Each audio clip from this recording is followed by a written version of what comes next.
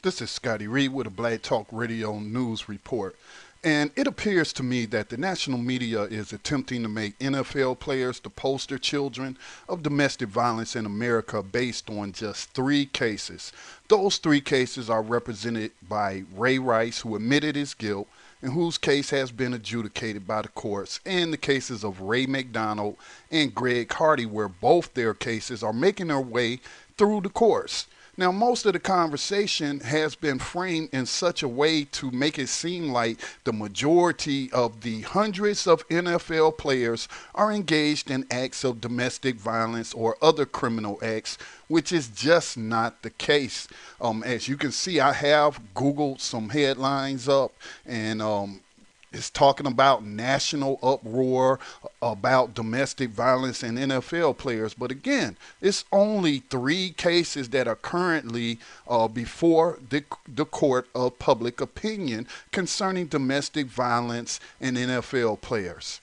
Now, domestic violence is a very serious issue and it affects far too many people, both male and female, teens and adults. And the media is being irresponsible in making the storyline about just the NFL. And if anyone should be the poster children for domestic violence, it should be cops. One out of two people who are involved with cops in relationships are reported victims of domestic violence. And that figure is thought to be much higher than 50% because many of the victims are afraid to come forward and report cops to other cops, considering the blue gang line that exists within most police departments.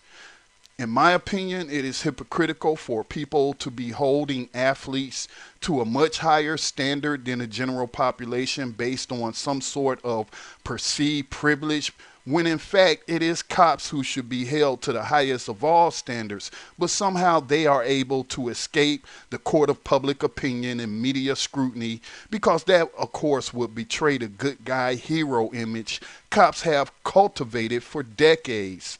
Now, out of curiosity, I decided to do a Google search on the phrase police officers charged with domestic violence. And unfortunately, I was not surprised by the results because I, for one, have never bought into the hero propaganda that is associated with cops. And here are just a few of the headlines. As you can see here, it has the dates, it has a short description, but let's just go through some of the headlines. Princeton police officer on leave for domestic violence arrest. Durham police officer charged with assaulting wife. CHP officer arrested on domestic violence charges. New West police officer charged in domestic incident. Lake Milton police officer to be arraigned on domestic violence. That's all in the month of September. Now we can jump down to August. Bakersfield police arrested for domestic violence. Detroit is initiating a domestic violence initiative, I should say. But it seems like they should be focusing their efforts on their own department because if the national statistics hold true, at least 50% of their officers are engaging in domestic violence. Here's another one from September. It says Spring Hill officer arrested on domestic assault. And, you know, just countless number of pages after page. Charlotte police officer arrested accused of assaulting wife. Here's Columbia Spring Hill officer charged with domestic assault. Here's a story from Raw Story. Cop won't be charged in videotape beating of girlfriend. So again, you know, here we have, and here's one, judge throws out domestic violence charge against a Thomaston police officer. So again, here we have the national media trying to make three NFL players the poster children for domestic violence, and that's just not the case. If anybody should be the poster children, again, it is police officers in America.